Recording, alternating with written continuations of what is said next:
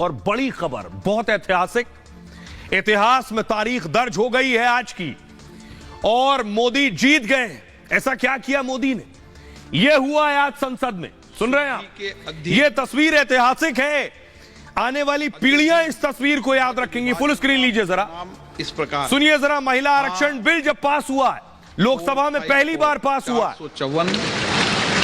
454 ना 2। ये जो तस्वीर मैं आपको दिखा रहा हूं, ये तस्वीर आप देख रहे हैं जिस वक्त वोटिंग शुरू हुई। देख रहे हैं, वोटिंग के लिए पर्चे दिए गए, जितने सांसद बैठे थे उनकी टेबल पर जाकर पर्चियां दी गई, पर्चियों के आधार पर वोटिंग हुई है महिला आरक्षण पर।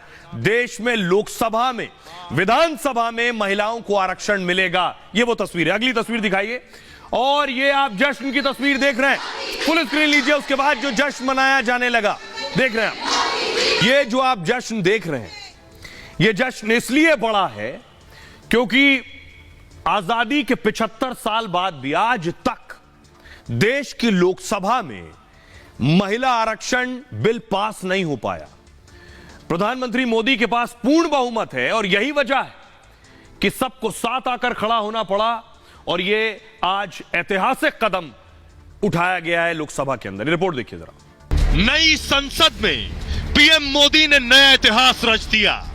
आजादी के 75 सालों में जो कोई नहीं कर पाया, वो मोदी ने आज कर दिखाया। महिला आरक्षण बिल पर लोकसभा ने मुहर लगा दी और संसद से सड़क तक देश की आधी आबादी जश्न में डूब गई। बरसों पहले महिला आरक्षण बिल राज्यसभा में पास हुआ था, लेकिन लोकसभा का मुंह आज तक नहीं देख सका था। आज लोकसभा ने इसे हरी झंडी दिखा दी। 454 महिला आरक्षण बिल पर लोकसभा की मुहर लगने के बाद अब इसके राज्यसभा में पास होने का रास्ता साफ हो गया है। कल इसे राज्यसभा में पेश किया जाएगा और मतदान देने वाले सदस्यों के कम से कम 2/3 बहुमत द्वारा पारित हुआ। और आइए अब आपको बताता हूं कि यह बिल आखिर पास हुआ कैसे, क्या प्रक्रिया रही, कितने मत से यह बिल पास हुआ। और दिलचस्प, इसमें पास होने से ज्यादा वो तो बड़ी संख्या है जिसमें पास हुआ। यह देखिए जरा, सिर्फ आप इस पे नजर डालिए। बिल के समर्थन में 454 वोट पड़े, 554 वोट, और विरोध में देखिए सिर्फ 2 वोट विरोध में पड़े। ऐसा पहली बार हुआ है। नारी शक्ति वंदन बिल पास हुआ, लोकसभा ने बिल को हरी झंडी दिखा दी। 2/3 बहुमत से लोकसभा ने इसे पास किया। महिला बिल के समर्थन में 454 वोट, विरोध में केवल 2 वोट पड़े। सोनिया गांधी ने वोटिंग नहीं की। खबर यह है, वोटिंग से पहले सोनिया गांधी चली गई थी। संसद में पर्ची के जरिए वोटिंग कराई गई। स्पीकर ओम बिरला ने बिल पास का ऐलान किया। कल अब इसे राज्यसभा में पेश किया जाएगा, जिसके बाद इस पर राष्ट्रपति हस्ताक्षर करेंगे, क्योंकि राज्यसभा में पास होगा, उसके बाद राष्ट्रपति के पास हस्ताक्षर के लिए जाएगा। राष्ट्रपति की मोहर के बाद नोटिफिकेशन होगा और नोटिफिकेशन के बाद यह बिल लागू होगा, जिसमें 33% महिलाओं को आरक्षण मिलेगा। यह आरक्षण लोकसभा और देश की विधानसभाओं के लिए होगा। अब आपको दिखाऊं, बहुत जश्न का माहौल है, क्योंकि इसे आप छोटी मोटी घटना मत मानिए, यह बहुत बड़ी बात है। आज देश इतना आगे पहुंच चुका है कि देश में महिलाओं को आरक्षण देने के लिए समाज ही नहीं, सांसद भी उतने परिपक्व हो चुके हैं। सोचिए, 2010 में सांसद विरोध कर रहे थे, बिल की छीना झपटी हो रही थी। यह आप देख रहे हैं आज बॉलीवुड एक्ट्रेस, फुल स्क्रीन लीजिए, बॉलीवुड एक्ट्रेस पहुंची देश की संसद। ये वो तस्वीर आप देख रहे हैं जिसमें भूमि पेडनेकर भी हैं। ये एक्ट्रेसेस पहुंची। कल आपको याद होगा कंगना रनौत पहुंची थी, ईशा पहुंची थी, ईशा गुप्ता। तो वो महिलाएं जिन्होंने अपने क्षेत्र में बड़ी कामयाबी हासिल की है, वो देश की संसद पहुंच रही हैं इस खुशी के मौके पर। दूसरा, नई संसद बनी है, उसे देखना भी मकसद है। साथ ही साथ हमारी महिला खिलाड़ी जो हैं वो भी आज संसद पहुंची है। वो तस्वीर दिखा रहा हूं, ये देख रहे हैं आप। इनमें मिताली राज भी हैं, जिन्हें आप देख रहे हैं, क्रिकेट कप्तान रही हैं। साथ ही साथ मैरी कॉम भी शामिल हैं। अगली तस्वीर दिखाइए जरा। ये आप देख रहे हैं, अलग अलग राज्यों से भी महिलाएं पहुंची संसद देखने के लिए। इसमें उत्तर प्रदेश की महिलाएं भी हैं और राजस्थान की महिलाएं भी हैं, जिन्हें बुलाया गया था। अब मैं आपको बताऊं कि लोकसभा से यह बिल तो पास हो गया, लेकिन बिल पास होने से पहले इस पर लंबी चर्चा हुई। चर्चा करने वाले कौन कौन थे, अगली तस्वीर दिखाई। राहुल गांधी 5:30 बजे खड़े हुए बोलने के लिए, क्या कहा आपको बताऊंगा। गृह मंत्री अमित शाह 6 बजे खड़े हुए बोलने के लिए, चर्चा करने के लिए, अगली तस्वीर दिखाई।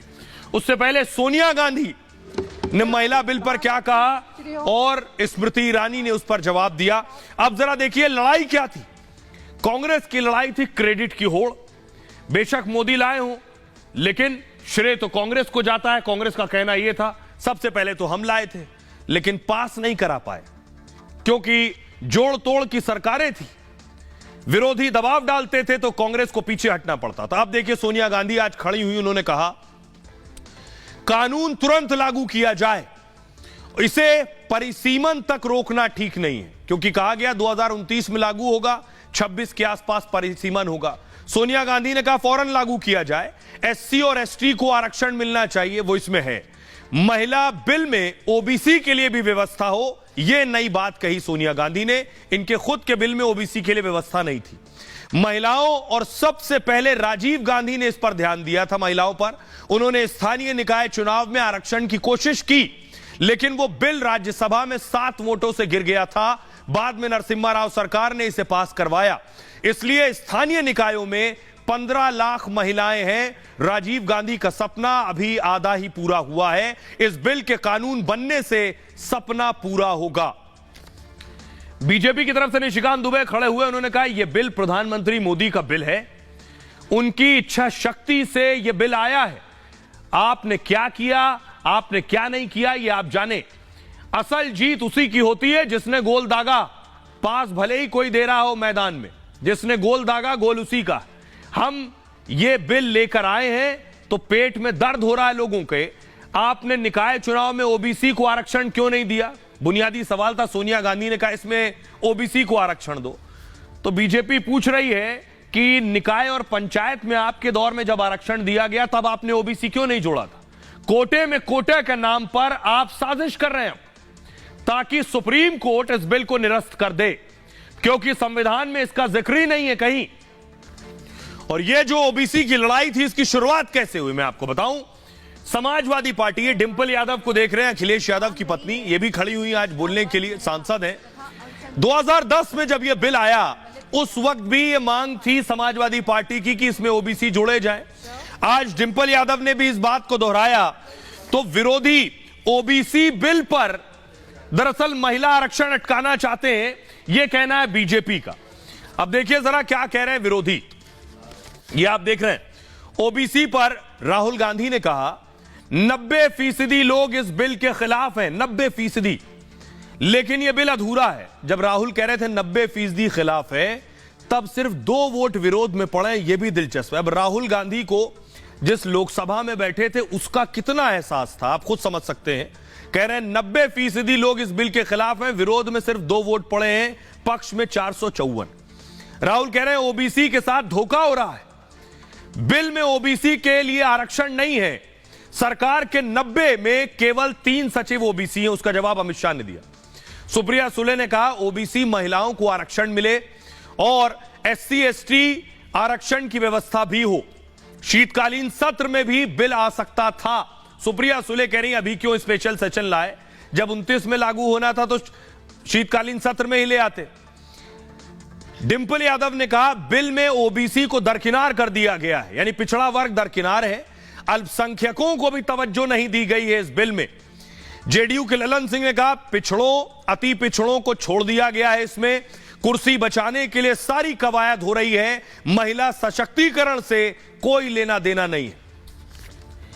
इस पर बीजेपी का कहना है पिछली जो कानून में ओबीसी नहीं था, यानी पिछला जो बिल लाई कांग्रेस उसमें ओबीसी का जिक्र नहीं था कहीं। अब जब बीजेपी लाई है तो ये सब ओबीसी ओबीसी कर रहे हैं। जाति के आधार पर आरक्षण वर्जित है, यानी ओबीसी के आधार पर लोकसभा में आरक्षण वर्जित है। संविधान में ओबीसी का कोई जिक्र नहीं है। हमारी पार्टी में सबसे ज्यादा ओबीसी के लोग हैं, ये गृह मंत्री ने कहा है। जो बात स्मृति ईरानी कह रही है कि संविधान में धर्म के आधार पर ओबीसी के लिए आरक्षण नहीं है, अब मैं आपको बताने जा रहा हूं, संविधान की किताब निकाल कर लाया हूं आपके लिए। संविधान क्या कहता है, पहले ओबीसी आरक्षण की बात करूंगा, जिसे आप अदर बैकवर्ड क्लास कहते हैं। कई पार्टियों ने ओबीसी महिलाओं को आरक्षण देने की मांग की। अब लोकसभा की सीटों में केवल एससी और एसटी के लिए आरक्षण की व्यवस्था, यानी अनुसूचित जाति और अनुसूचित जनजाति। संविधान में भी लोकसभा सीटों में ओबीसी आरक्षण व्यवस्था नहीं है। बड़ी मोटी बात यह है कि संविधान भी लोकसभा विधानसभा में ओबीसी आरक्षण की बात नहीं करता है। अनुसूचित जाति और जनजाति के लोगों को विशेष छूट दी गई है। मैं फिर से दोहराऊं, शिक्षा में ओबीसी को आरक्षण है, नौकरी में भी आरक्षण है कई जगह, लेकिन संविधान में सिर्फ एससी एसटी के आरक्षण की बात है। राजनीतिक प्रतिनिधित्व के लिए एससी एसटी की सीटें आरक्षित हैं। पहले केवल 10 साल के लिए ये एससी एसटी आरक्षण की व्यवस्था थी जब संविधान लागू हुआ, फिर संविधान संशोधन के जरिए उसे बढ़ाया गया बाद में, और संविधान के अनुच्छेद 330 में एससी एसटी आरक्षण की व्यवस्था है। संविधान में लोकसभा सीटों में ओबीसी आरक्षण का जिक्र नहीं है। लोकसभा में कुल संख्या सदस्यों की 543 है। 543 संख्या में एससी 84 है और एसटी 47 सीटें आरक्षित हैं पहले से। विधानसभाओं में 4120 सीटों में 1168 सीटें एससी एसटी के लिए आरक्षित की गई हैं। यह संविधान कहता है, और संविधान की वजह से ही ओबीसी आरक्षण लोकसभा और विधानसभा में नहीं किया जा सकता। सिर्फ ओबीसी आरक्षण नहीं, मुस्लिम आरक्षण की भी बात हुई कि महिलाओं के लिए अगर आरक्षण की बात हो रही है तो फिर मुस्लिम महिलाओं को भी आरक्षण दिया जाए। यह बात असदुद्दीन ओवैसी ने भी कही, टीएमसी की सांसद ने भी इसका जिक्र किया। अब जरा देखिए, असदुद्दीन ओवैसी संसद में जब खड़े हुए तो मुस्लिम महिलाओं के आरक्षण की बात की। ओवैसी ने कहा, ओवैसी ने पहले तो इस बिल का विरोध किया और ओवैसी ने इसे सियासी साजिश बताया, जो खासतौर से उन्होंने कहा यह अल्पसंख्यकों के खिलाफ है। सवर्ण वर्ग की महिलाओं को इसमें लाभ मिलेगा, यानी ऊंची जाति की महिलाओं को लाभ मिलेगा इस आरक्षण से। सरकार सवर्ण वर्ग को आगे बढ़ा रही है और इसमें मुस्लिम महिलाओं को कोटा नहीं दिया गया है। मुसलमानों का प्रतिनिधित्व बेहद कम है। मुस्लिम महिलाओं की आबादी 7% है, उनका कहना है, लेकिन लोकसभा में 0.7% है और लोकसभा में 690 महिलाएं पहुंची हैं अब तक, जिनमें मुस्लिम महिलाएं केवल 25 हैं। अब ओवैसी कह रहे हैं कि मुसलमानों को आरक्षण दिया जाए, अल्पसंख्यकों को आरक्षण दिया जाए, टीएमसी का कहना है, लेकिन देश का संविधान धर्म के आधार पर आरक्षण को रोकता है। देखिए जरा क्या कहता है संविधान। यह देश के संविधान की कॉपी आ गई, आप देख रहे हैं। संविधान में धर्म के आधार पर आरक्षण की व्यवस्था नहीं है। कुछ सदस्यों ने अल्पसंख्यकों के लिए आरक्षण जरूरी बताया, कुछ सदस्यों ने धर्म के आधार पर छूट को गलत करार दिया।